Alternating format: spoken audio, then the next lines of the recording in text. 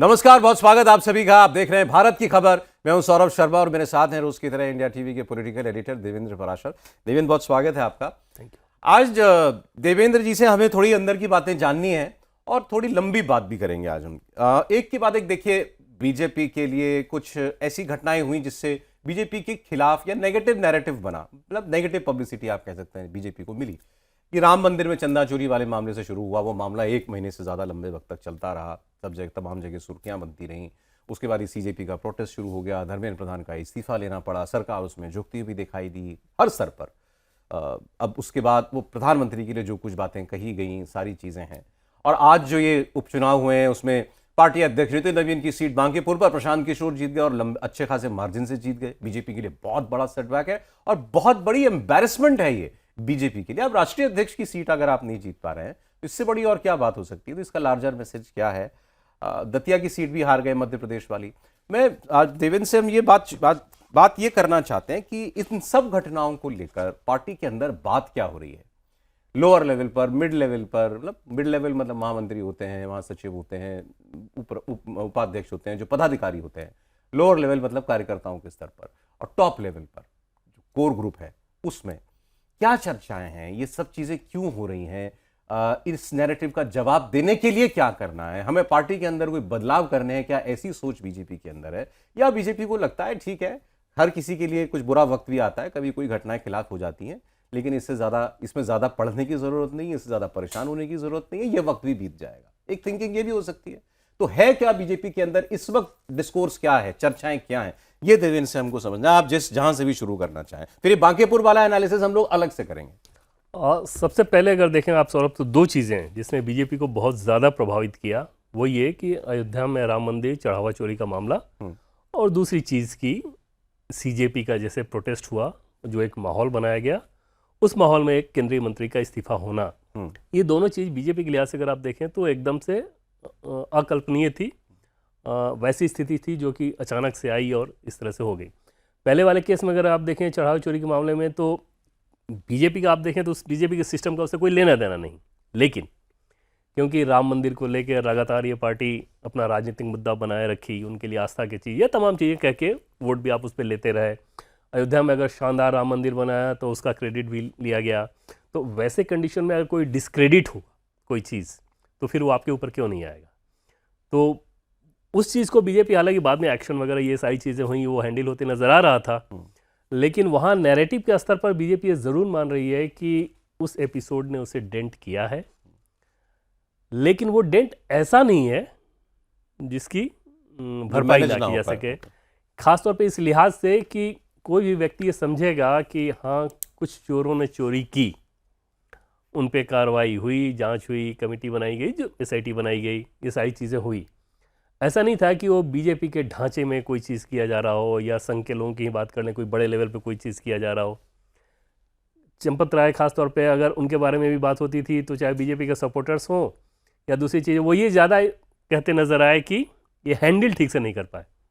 ये नहीं कि इनकी मंशा खराब थी या कुछ वो चीज़ का। तो ये डैमेज ऐसा नहीं था जिसको बीजेपी ठीक तरीके से परेशान नहीं है, बहुत ज़्यादा परेशान नहीं, अनवांटेड था, होना नहीं चाहिए था, लेकिन वो मान के चलते हैं कि सारे तथ्य सामने रखने के बाद उसमें गड़बड़ी नहीं होगी। खासतौर पर तब जब राम के इशू पे आपका ट्रैक रिकॉर्ड अच्छा हो और सामने जो अपोजिशन में है उनका ट्रैक रिकॉर्ड, रिपोर्ट कार्ड उनकी जो है, आप उनको अलग तरीके से पेंट करने में सफल हो, खराब हो, उसको नहीं माननी थी। सीजेपी वाले ने बीजेपी को ये लेसन ज़रूर दिया कि इस तरह से एक नैरेटिव बनाकर, और अगर सरकार के एक मंत्री का इस्तीफा ले लिया गया, और इसमें कोई भ्रम ही नहीं होना चाहिए कि इस्तीफा लिया गया सौरभ, तो उस कंडीशन में इस तरह की चीज़ों से कैसे निपटना है, क्योंकि ये इकोसिस्टम तो सरकार को पता है कि उनके खिलाफ लगातार मौके की तलाश में रहता है। अगर पॉलिटिकल पार्टी किसी इशू को लेकर दबाव बनाए, उसको हैंडल करना आसान है, लेकिन पॉलिटिकल पार्टी पीछे हो जाए और सामने किसी और को आगे कर दे, तो वहाँ पर मुसीबत होती है। या तो वो स्वतः ऑर्गेनिक वे में कोई आंदोलन हो, तो या इनऑर्गेनिक वे में भी हो, क्रिएट भी किया गया हो, लेकिन अगर फेस कुछ और है तो वहाँ पर सरकार को दिक्कत होती है। जैसे किसान आंदोलन के समय क्या हुआ, उसके पीछे की कहानी सबको पता है, लेकिन फेस नैरेटिव क्या, किसान कानून वापस लेना पड़ा। इसमें भी सरकार के लोगों को, बीजेपी के लोगों को पता था कि हाँ ये प्रोटेस्ट कौन लोग हैं, क्यों करा रहे हैं, क्या इनका मकसद है, सिलेक्टेड अप्रोच किस प्रकार से ये रख रहे हैं। अलग अलग राज्यों में अगर छात्रों की बात होती है तो झारखंड में इतना बड़ा प्रोटेस्ट हो रहा है, एक आवाज़ आपकी नहीं आ रही थी, पंजाब में नहीं, कर्नाटक में नहीं, सिर्फ केंद्र सरकार पे आप हमला कर रहे हैं, तो वो सारी चीज़ें समझ में आ रही थी। लेकिन क्योंकि वो चैलेंज अलग तरीके से का था और पेंट इस रूप में किया गया कि ये तो पूरे देश के यूथ का ये प्रोटेस्ट है, तो वहाँ पर वो स्थिति और ज़्यादा ख़राब ना हो, तो इसलिए वो काम किया गया। अब बीजेपी उसको चैलेंज के तौर पे इस रूप में देख रही है कि ऐसी चीज़ें आगे फिर आपके सामने आएंगी, फिर वो एक इशू क्रिएट करने की कोशिश करेंगे, तो उसको काउंटर कैसे करना है, उनकी भाषा में करना है, उनके प्लेटफॉर्म पे करना है, उनकी जगह पर करना है। जैसे मान लीजिए इंस्टाग्राम एक बड़ा टूल बना सरकार के खिलाफ दबाव बनाने का, तो वहाँ पर फिर जब प्रधानमंत्री ही जाके लगातार आप वीडियो डाल रहे थे, तो आप समझ सकते हैं कि वो ग्रामर उन लोगों ने समझ लिया है कि अगर इसको हैंडल करना है तो ऐसे भी करना है। दूसरा, आंदोलन के बाद जितनी सारी चीज़ें आईं, उससे भी ये लोग मान के चल रहे हैं कि अब लोगों की तस्वीर साफ हो गई होगी कि हाँ ये क्यों कराया जा रहा था, किस मकसद से कराया जा रहा था। जैसे ऐसे वीडियो भी आपने देखे कि पुलिस समझा रही है, वो दास आज ही कुछ ऐसे वीडियोस आए हैं कि भाई आपके वॉलंटियर्स कहाँ हैं, स्थिति अब आउट ऑफ कंट्रोल हो जाएगी। मैं बार बार कह रहा हूँ, पुलिस वाला कह रहा है कि मैं बार बार कह रहा हूँ, आप लोग समझने को तैयार नहीं हो, स्थिति आउट ऑफ कंट्रोल हो जाएगी, असामाजिक तत्व इसमें घुस जाएंगे, ये सारी चीज़ें वो कहा जा रहा है। तो ये सब तो सौरभ है, लेकिन इसमें ही चिंता की वाली बात भी छुपी है कि अगर फैक्ट ये था, तथ्य ये था, तो फिर इतना दबाव आपने अपने ऊपर माउंट कैसे होने दिया? मतलब जिस रूप में कम्युनिकेट करना था वो नहीं कर पाए, वो आप नहीं कर पाए। ऐसा तो नहीं है ना कि ये वीडियो आज बना है, ये वीडियो तो उसी समय का था, तो फिर ये चीज़ें सामने उस समय क्यों नहीं आई, क्यों नहीं रखी? देखिए, दो बातें थे। अगर एक तो ये है कि मुझे मालूम हो कि मेरी कोई गलती थी जिसकी वजह से मुझे मेरा नुकसान हो गया, तो मैं अपनी गलती करेक्ट कर सकता हूँ, और बीजेपी ऐसा करती आई है, तो प्रॉब्लम लंबी नहीं बननी चाहिए, बड़ी नहीं बननी चाहिए। लेकिन अगर मुझे ये पता चल जाए कि मैं जिसको अभी तक अपना समर्थक मानता था, इसके अंदर मैं अलोकप्रिय हो रहा हूं, या इसके अंदर मेरे प्रति कोई नाराजगी है, और वो नाराजगी आ गई और मुझे पता भी नहीं चला, तो प्रॉब्लम ज्यादा बड़ी है। तो क्या बीजेपी को ऐसा भी लगता है कि भाई कोई ऐसा एक सेक्शन है, यूथ का ही मान लें, जेनजी कह लें, व्हाटएवर, एक सेक्शन भाई जहां पे जिसमें हम घर नहीं कर पाए, या बीजेपी को लगता है नहीं जो हमारा था हमारे पास है? सौरभ, अगर इस तरह की बात पेंट करने के हिसाब से देखा जाए ना, तो मानना बहुत आप सरलीकरण कह सकते हैं। जैसे एक चीज़ देखिए कि इस प्रोटेस्ट में तो सबको पता है ना कि हाँ, लेफ्ट के जो स्टूडेंट यूनियन है, जनता मंत्र प्रोटेस्ट में उनका कैसा रोल था। तो लेफ्ट के स्टूडेंट यूनियन में स्टूडेंट्स तो हमेशा से रहे ही हैं, तो हमेशा से तो विरोधी ही रहे। ऐसा तो नहीं है ना कि वो क्या पहले नरेंद्र मोदी का सपोर्ट करते थे अब आकर विरोध कर रहे हैं, या किसी इशू पे सपोर्ट करते थे अब आपका इस इशू पे विरोध कर रहे हैं। वो अगर बात होती तो उनके लिए चिंताजनक चीज़ होती। चिंता की लकीरें कहाँ शुरू होती हैं कि चलिए जो आपके अलग विचारधारा का स्टूडेंट यूनियन है, उसके जो यूथ हैं, उनसे जो जुड़े हुए लोग हैं, वो तो एकदम से आप पे बिफरेंगे ही। जैसे जेएनयू में भी तो यूथ हैं ही, सीनियर क्लास को छोड़ दें तो जूनियर क्लास में भी, बट वो यूथ ज़्यादातर बीजेपी को पसंद नहीं करेंगे, नरेंद्र मोदी को पसंद नहीं करते। तो वो तो पता था। चिंता की लकीरें इनकी वहाँ शुरू हो जाती हैं कि वो उस विचारधारा के लोग जो एक नैरेटिव क्रिएट कर रहे हैं, नैरेटिव गढ़ रहे हैं, उससे इनके सपोर्टर्स जो दूर हैं, उस आंदोलन में शामिल भले ना हो, घर में बैठे हैं, अलग अलग शहरों में रह रहे हैं, वो अपने आप को रिलेट करने लगे, क्योंकि उनके दिमाग पे उस तरह का असर डाला जा रहा है। वो ये भूल जा रहे हैं कि मेडिकल कॉलेज की पहले सीटें कितनी थी, नरेंद्र मोदी सरकार ने उसको कितना बढ़ाया, पहले कितने मेडिकल कॉलेज थे अब कितने हैं, पहले कितने आईआईटी थे अब कितने थे, पहले कितने एम्स थे अब कितने हैं, इस तरह की तमाम चीज़ें हैं। सेंटर ऑफ एक्सलेंस कितने थे, ट्रिपल आईटी पहले कितने थे अब कितने हैं, ये सारी चीज़ें भूल के, क्योंकि उनके दिमाग पे लगातार उस तरह के वीडियोस डाले जा रहे थे, उस तरह का नैरेटिव चलाया जा रहा था कि उन्होंने ये मान लिया कि हाँ, छात्रों के ऊपर बहुत ज़्यादा अत्याचार हो रहा है। अब वही स्टूडेंट्स जब झारखंड का भी प्रोटेस्ट देख रहे होंगे, और जब देख रहे होंगे कि इस तरह के लोग वहाँ पे जाके कुछ कर नहीं रहे हैं, तो फिर उनकी आंखें खुल रही होंगी कि मामला वो स्टूडेंट्स का तो था ही नहीं। बट बीजेपी के लिहाज से या केंद्र सरकार के लिहाज से अगर आप देखें तो वही चिंता वाली चीज़ थी कि ये जो कनेक्शन हो गया, जंतर मंतर का प्रोटेस्ट ऐसा लगने लगा कि देश में यूथ बहुत नाराज़ है, वाकई सरकार ने कुछ बहुत गलत कर दिया, इतने सारे बच्चों ने सुसाइड, ये वो सारी चीज़ें रही हैं। उसको सरकार को जैसे हैंडल करना था, जैसे काउंटर करना था, जैसे रखना था चीज़ों को, वो रखती नज़र नहीं है। देखिए, अब ये तो यही बात है कि बीजेपी के खिलाफ जो लोग हैं, उसको आप लॉबी कह लीजिए, political parties, pressure groups, whatever, वो बहुत मजबूत हैं और उनको अपनी बात लोगों तक पहुंचाना आता है, इसमें कोई शक नहीं है। अब फॉर एग्जांपल, अब बीजेपी को यह काम करना है, क्या बीजेपी काउंटर कर पाती है? इस बार मैसेजिंग में बीजेपी फेल हो गई। अब मैं आपको आज का उदाहरण देता हूं। प्रियंक खड़गे कर्नाटक के गृह मंत्री, आपने उनका स्टेटमेंट देखा होगा। वहां भी पेपर लीक हुआ, वहां भी मांग हुई कि कर्नाटक के शिक्षा मंत्री का इस्तीफा लिया जाए। होम मिनिस्टर से पूछा गया कि भाई आप क्या करें, इस पर आपको क्या कहना है। आज उनका स्टेटमेंट ये है कांग्रेस पार्टी का, और मल्लिकार्जुन खड़गे बीजेपी के प्रेसिडेंट उनके बेटे हैं, होम मिनिस्टर वहां के। उन्होंने कहा कि भाई देखिए कुछ एक लोगों ने कुछ प्रोटेस्ट हंगामा किया था, उनको कुछ लोगों को अरेस्ट करना पड़ा, तो कहा कि लेकिन उनकी मांगों का क्या। तो उन्होंने कहा हाँ ठीक है, हम इस्तीफा करा देंगे, पहले 25 दिन तक कोई भूख हड़ताल करे, फिर हम उस पर लाठीचार्ज करेंगे, फिर वो हम पे दबाव बना लें इतना कि मेरे हमें इस्तीफा देना पड़े तो हम दे देंगे इस्तीफा। इससे खराब स्टेटमेंट नहीं हो सकता कोई। लेकिन क्या बीजेपी इसको बुना पाएगी? और ये उस पद पे बैठे हुए मंत्री कह रहे हैं। अगर दूसरी तरफ अगर बीजेपी का स्थानीय स्तर का कोई कार्यकर्ता भी इस बात को, इस तरह की बात बोल देता, तो उसका तुरंत शोरील बना के सीधे मोदी तक जोड़ दिया जाता, और सीधे वही जोड़ता कि इनके कहने पे वो कर रहा है। और उसमें सारे जो सो कॉल्ड बुद्धिजीवी और पढ़े लिखे वो भी वैसी चीजें डालना शुरू कर देते।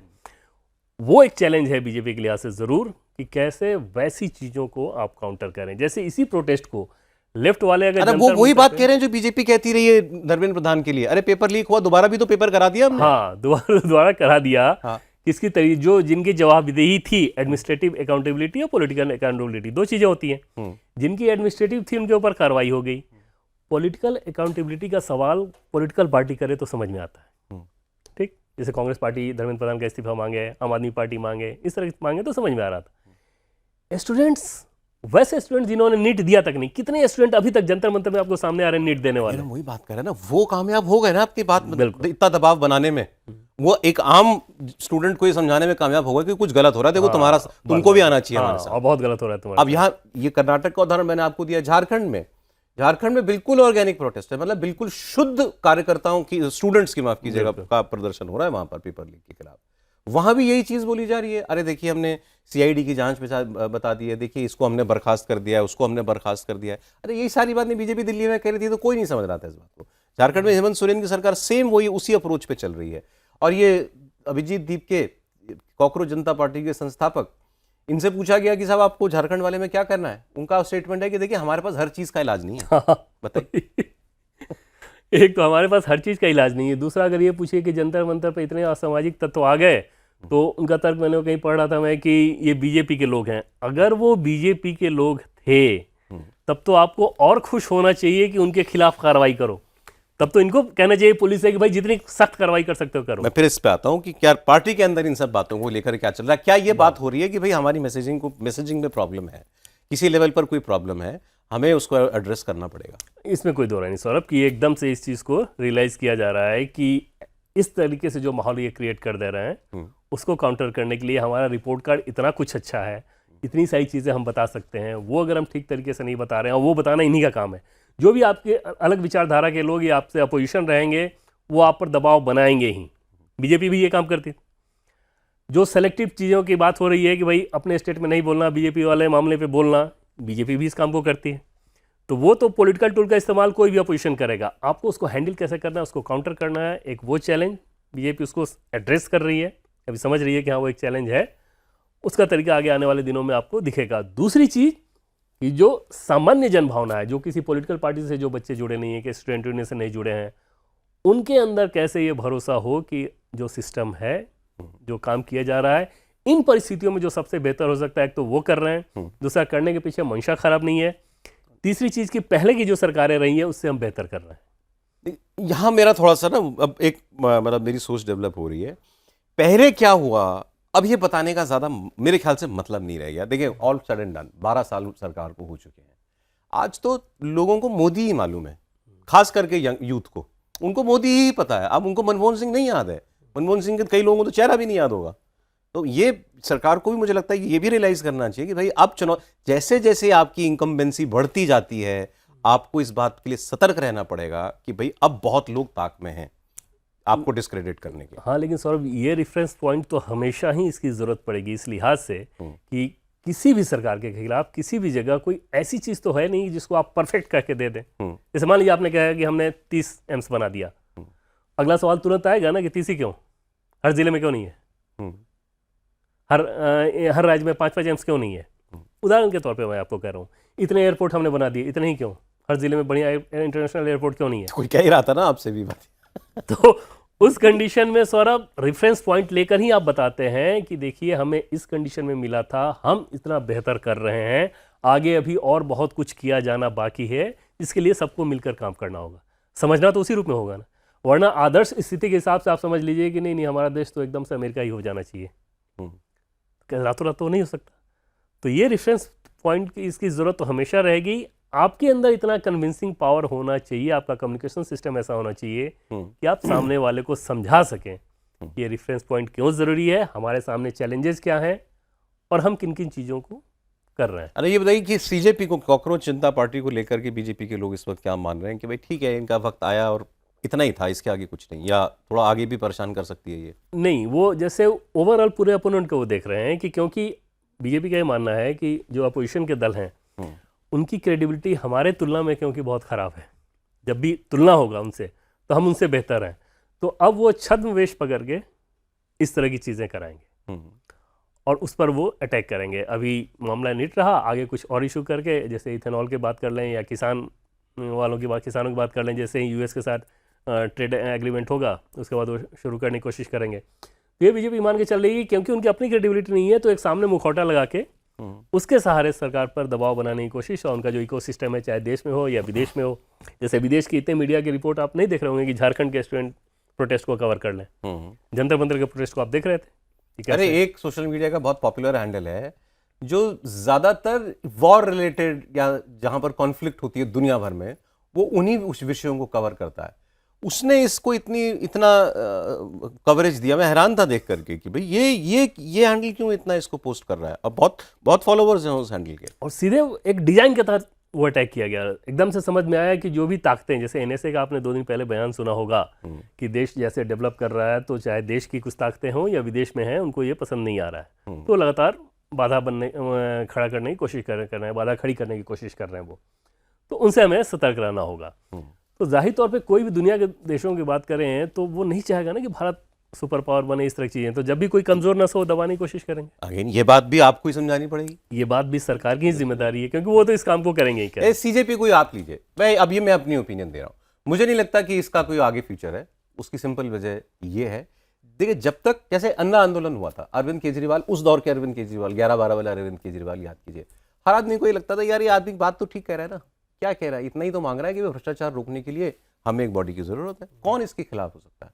उस वक्त की सरकार का उस माहौल मोमेंटम भी जो था वो खिलाफ इतना था, एक के बाद एक सो कॉल्ड घोटालों की जो है वो बात हो रही थी।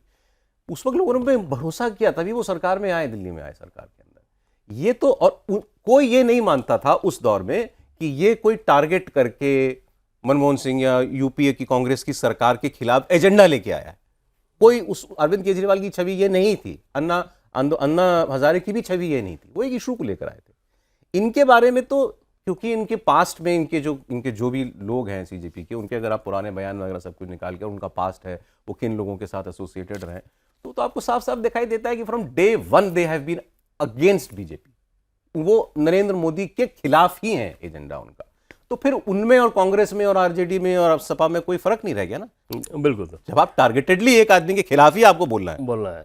इस बार उन लोगों ने सिर्फ यही किया था कि अपने उस फेस को छिपा के रखा और स्टूडेंट्स को आगे कर दिया। हाँ, अन्यथा दीप के जैसे आम आदमी पार्टी के साथ इस रूप में काम कर चुके हो, उनका पूरा अपना उनके फैमिली का बैकग्राउंड देखिए, उनके अपने पढ़ाई लिखाई का शुरू का देखिए, फिर उसके बाद तो समझ में आ गया कि पहले इंजीनियरिंग वगैरह की है, फिर इधर आए, फिर आम आदमी पार्टी के साथ काम करने के बाद आप अचानक यूएस के एक नामचीन यूनिवर्सिटी में चले जा रहे हो, कितना पैसा खर्च हुआ होगा उसको जाने आने में, वहाँ रहना, पढ़ाई का कोर्स करना।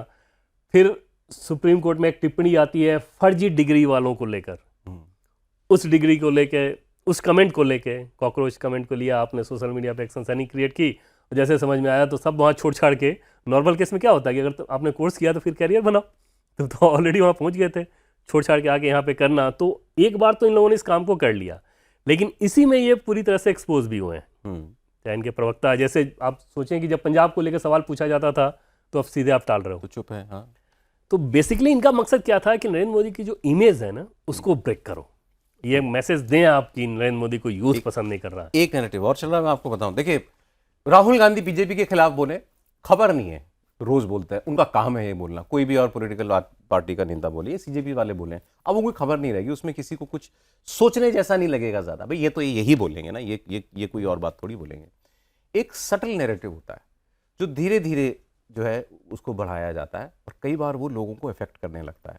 जैसे एक बात ये चल पड़ी है, मैं देख रहा हूँ कई जगह सोशल मीडिया हैंडल्स पर उसको बढ़ाया जा रहा है आगे, कि यार ये देखें यूपीए में भी 12 साल के बाद प्रॉब्लम शुरू हुई थी, है ना। 12 साल के बाद जो है, ये कोई उन्होंने बता दिया कि मतलब जैसे 10-12 साल के बाद जो है कोई भी किसी भी सरकार के खिलाफ लोग जो हैं, लोगों में धारणा बननी शुरू हो जाती है, जैसे ये कोई पॉलिटिकल ट्रूथ हो कि ये तो पॉलिटिकल साइंस में ऐसा ही होता है। ऐसा ही ऐसा कोई नियम तो है नहीं, लेकिन चलाया जा रहा है। वहां देखो 12 साल के बाद ये हुआ था और 14 में आपको पता है क्या हो गया। इनका भी वो दौर अब शुरू हो गया, स्लाइड पर आ गई है अब यूपी मोदी सरकार। खासतौर पे सौरभ आप देखें तो बंगाल में जीत के बाद ये बहुत ज़्यादा ये शुरू किया गया, क्योंकि बंगाल में बीजेपी की विक्ट्री हुई और उसके बाद जैसे जैसे टीएमसी के सांसद टूट के आना, अलग अलग जगहों पे फिर डिलिमिटेशन बिल की बात कहा जाना, उसके बाद इनको ये समझ में आ गया कि बीजेपी अब तो उस मोड में जा रही है कि इसको डिफीट करना बड़ा मुश्किल है, नरेंद्र मोदी उस मोड में जा रहे हैं। तो वहाँ पर सीधे ये इशू मिला और ये इशू ऐसा था कि जिससे कोई भी यूथ अपने आप को कनेक्ट करता, कोई भी फैमिली अपने आप को कनेक्ट करती, वही एजुकेशन सिस्टम बेहतर होना ही चाहिए। तो सीधे उन लोगों ने इस इशू को पकड़ के एक दबाव बनाया सरकार के ऊपर, और किसी भी सरकार के ऊपर सरब दबाव होना ही चाहिए, लेकिन वो दबाव लोकतांत्रिक तरीके से होना चाहिए। जंतर मंतर में प्रोटेस्ट करके आप कह रहे हो कि पार्लियामेंट में घुसेंगे और घुसने के बाद फिर कहो कि पुलिस ने हमारे ऊपर अत्याचार कर दिया। पहले सौरभ क्या होता था कि अपोजिशन के दल, जैसे बीजेपी भी जब अपोजिशन में थी, तो पार्लियामेंट घेराव बार बार ये नारा होता था अक्सर किसी इशू को लेके। प्रक्रिया उसमें यह रहती थी कि जंतर मंतर पे आपने इजाज़त ली, इजाज़त से थोड़ी दूर आगे बढ़ने किए, चलो संसद करके 10-20-30 मीटर पे पुलिस बैरिकेडिंग लगी होती थी, 3 बैरिकेडिंग जैसे होती है। ज़्यादा से ज़्यादा अगर बहुत आपने दबाव बनाया, बहुत बड़ा प्रोटेस्ट है, बहुत बड़ा इशू है, तो पहली बैरिकेडिंग को तोड़ के थोड़ा आगे बढ़े, दूसरी बैरिकेडिंग जाते जाते वहाँ पे वाटर कैनन वगैरह थोड़ा चला, प्रोटेस्ट वहीं ख़त्म, अपने आप ही कर देते थे वहीं। ये नहीं कि फिर आप वहाँ पे जाके पहुँच जाएं, और उसमें भी ये पता होता था कि थर्ड बैरिकेडिंग तो आपको तोड़ना ही नहीं है।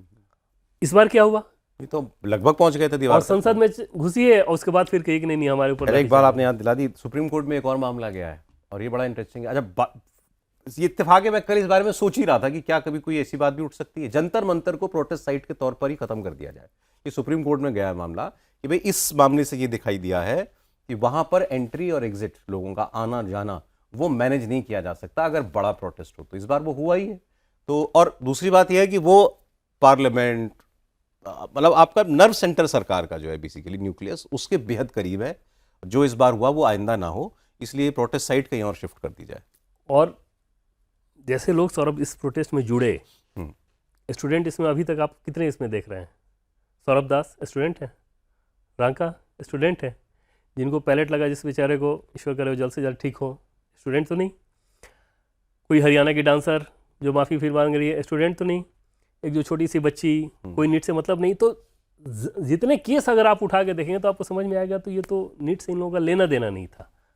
बहुत है तो अभी तक सामने वैसे ही आ रहा है। फिर जाके आपने उस जगह पर प्रोटेस्ट किया, उसी के बाद ये बात हो रही है कि मामला सिर्फ प्रोटेस्ट का नहीं है। प्रोटेस्ट की अगर इजाज़त नहीं देनी होती सरकार को तो पहले दिन नहीं दे, पुलिस से लाठीचार्ज कराना होता तो पहले दूसरे तीसरे दिन लाठीचार्ज करा लेती। ये तो सब उस दिन हुआ ना जिस दिन आप संसद में घुसने के लिए एकदम आमादा थे। अभी इस मंशा से अगर वहां पर कोई भीड़ ले आएगा तो ये पता चल गया इस बार की क्या हो सकता है। उसी लिहाज से हाँ, कि ये फिर तो फिर बड़ा आसान है, और वहां पर फिर पुलिस के ऊपर ही चढ़ जाना कि आपने हमारे ऊपर अत्याचार किया। और आज का पुलिस का वीडियो तो सीधे सीधे सौरभ आप देखें तो क्लियर दिख रहा है कि किस तरह से समझाया जा रहा है। अब अंत में जरा ये बात कर लें बांकीपुर वाली।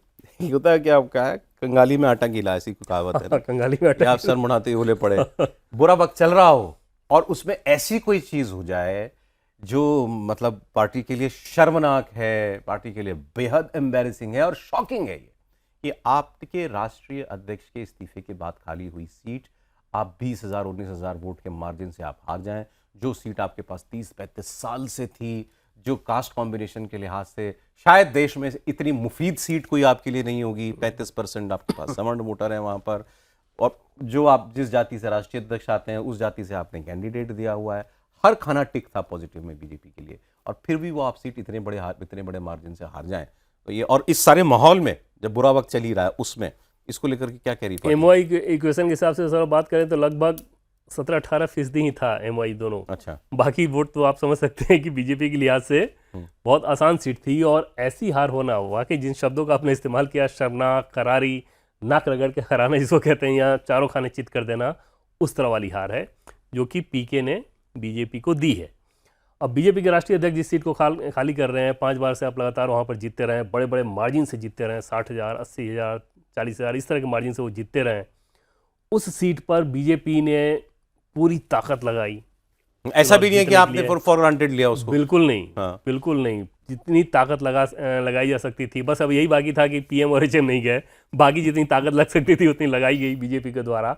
और तब अगर आप हार रहे हैं, और हार किस वजह से रहे कि एक तो जो माहौल था उस माहौल में भांपना था कि हमें क्या करना है। माहौल इस लिहाज से सौरभ की जैसे यूजीसी के समय से सवर्णों के एक सेक्शन में नाराज़गी है। उनको नाराज़गी इस बात से भी है कि हमने जब धर्मेंद्र प्रधान को लेकर नाराज़गी दिखाई, कुछ नहीं किया गया, और जंतर मंतर पर ऐसे लोगों ने प्रोटेस्ट किया, तब आप कार्रवाई कर रहे हो। नितिन नवीन जी की सीट अगर खाली हो रही है तो कैंडिडेट वो उम्मीद करेंगे कि हाँ उस तरह का कैंडिडेट फिर हो। तो पहला कैंडिडेट बीजेपी ने दिया ऐसा जिसको 24 घंटे में ही आपको उसका नॉमिनेशन होने के बाद वापस कराना पड़ा। ये अपने आप में कितनी शर्मनाक स्थिति थी। और उस चोट से भी ऐसा लगा नहीं कि बीजेपी ने सबक सीखा। दूसरा कैंडिडेट जब आपको पता है कि सामने पीके जैसा कैंडिडेट है, आपने वैसे ही दिया, जिसके ओरेटिंग स्किल में कोई भ्रम ही नहीं होना चाहिए, तो उस लेवल का एक कैंडिडेट होना चाहिए जो कि पीके को इंगेज कर सके। आपने ऐसा कैंडिडेट दिया जिसको बुलवाने में बीजेपी के नेता डरने लगे कि पता नहीं भाई ये क्या बोल देंगे। मुझे तो किसी ने कहा, इनसे कहा गया था कि चुप रहना भाई, तुम ज़्यादा वही, क्योंकि कुछ उन्होंने बोलना शुरू किया, उसी तरह की बात उन्होंने कहनी शुरू की, और उस बेचारे के मुझमें कोई वो नहीं है, बट आपका एक्सपोजर वैसा नहीं है, उस तरह की पढ़ाई लिखाई वैसी नहीं रही, उस तरह का अनुभव नहीं, तो नहीं वो कर पा रहे थे। सामान्य परिस्थिति में, सामान्य लहर में इस तरह की चीज़ें फर्क नहीं पड़ता। जैसे ओवरऑल चुनाव हो रहा होता तो फर्क नहीं पड़ता। जब उपचुनाव हो रहा है और सामने पीके जैसा कैंडिडेट हो जो कि नैरेटिव में माहिर है, तो वहाँ पर ये खतरा था। फिर बक्सर की घटना हो गई, भरत तिवारी का इनकाउंटर, फिर सम्राट चौधरी का एक पुराना बयान चलना शुरू हुआ, वहाँ पर वो समस्या आनी शुरू हुई।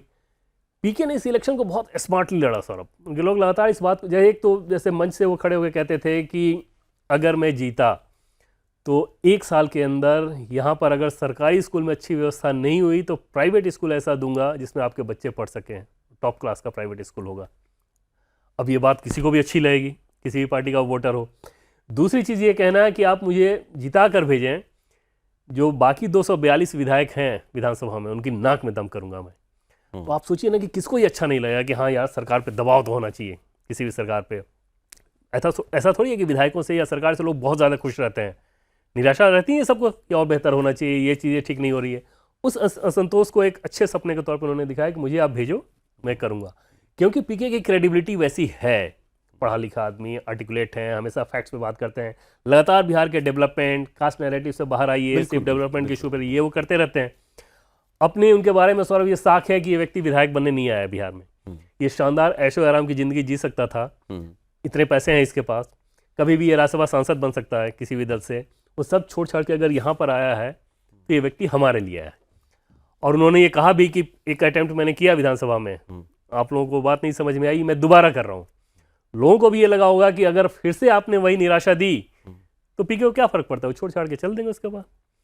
तो ये सारी चीज़ें बीजेपी के सीधे सीधे खिलाफ में गई। और सौरभ, सबसे हैरानी होगी आपको ये जान के कि बीजेपी के लोगों को वोटिंग के बाद भी ये अंदाजा नहीं था कि हम हार रहे हैं। करारी हार की तो बात छोड़िए, और बीजेपी के साथ साथ आरजेडी को भी ये नहीं पता था। आरजेडी वाले कह रहे थे कि बीजेपी की जीत हो रही है। ये ज्यादा प्रॉब्लमेटिक है, ये बिल्कुल आप पकड़ ही नहीं पाए, और इतना सिस्टम ढांचा लगाने के बाद।